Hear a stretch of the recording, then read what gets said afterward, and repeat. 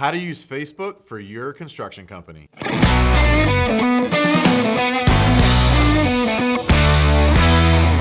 everybody, I'm Mike Claudio, owner of WinRate Consulting and host of the Big Stud Sales Podcast. Today we're going to talk about the mindset and approach around how you can use Facebook to capitalize on your market for your construction company. There's a lot of different ways to go about it, but there's a few key things that you need to do when you're thinking about posting. Look, the days of before and after photos and just generic pictures of your projects do not engage with your audience the way that your audience wants to be engaged with. Yes, it looks pretty, but it does not promote them to know, like, and trust you. If you've been following me for any period of time or seen any of my content, you know I focus on becoming known, liked, and trusted. So how do you do that with Facebook? There are 3 things I suggest that you do on a consistent basis. Number 1, you have got to work on educating your audience. But the reason why might surprise you. So this is not to teach them how to do your job, it's to teach them how you do your job differently. I've said this a lot as well, that the only differentiating factor between you and your competition is the client experience. It's how you communicate, it's how you do what you do, it's how you make decisions, it's how you solve problems.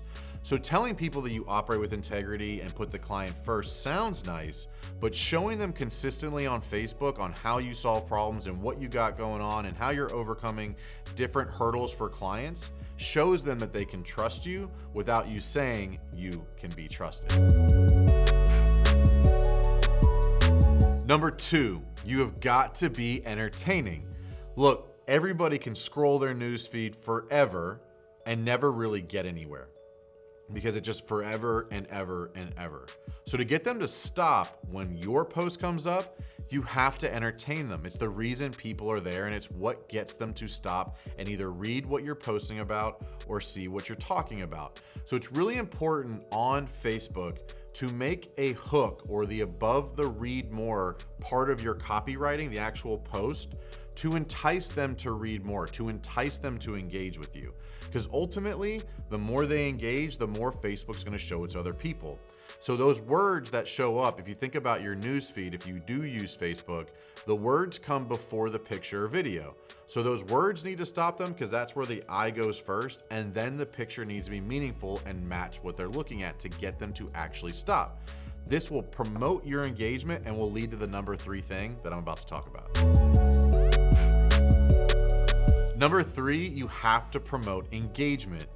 Using closed-ended questions or just general posts about what do you think of that just doesn't work as well as promoting, hey, what problems are you dealing with? Hey, would you like option A or option B? Hey, comment below with your favorite food emoji. Those are the ways, unfortunately, it sounds weird, but it's how your average viewer or audience engages. So if you're not getting them to engage with your post, they're not gonna see you as often. It's how the general algorithm works. The more you're engaged with, the more it shows people. And people who engage with your stuff are shown your posts more often. Anybody who follows me knows on social media, when you go in there, you're likely gonna see me if you've been engaging with me at all. That is part of how the algorithm works.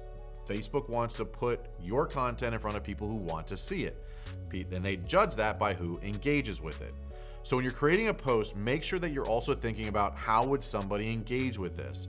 Hey, option A or option B, what do you like better?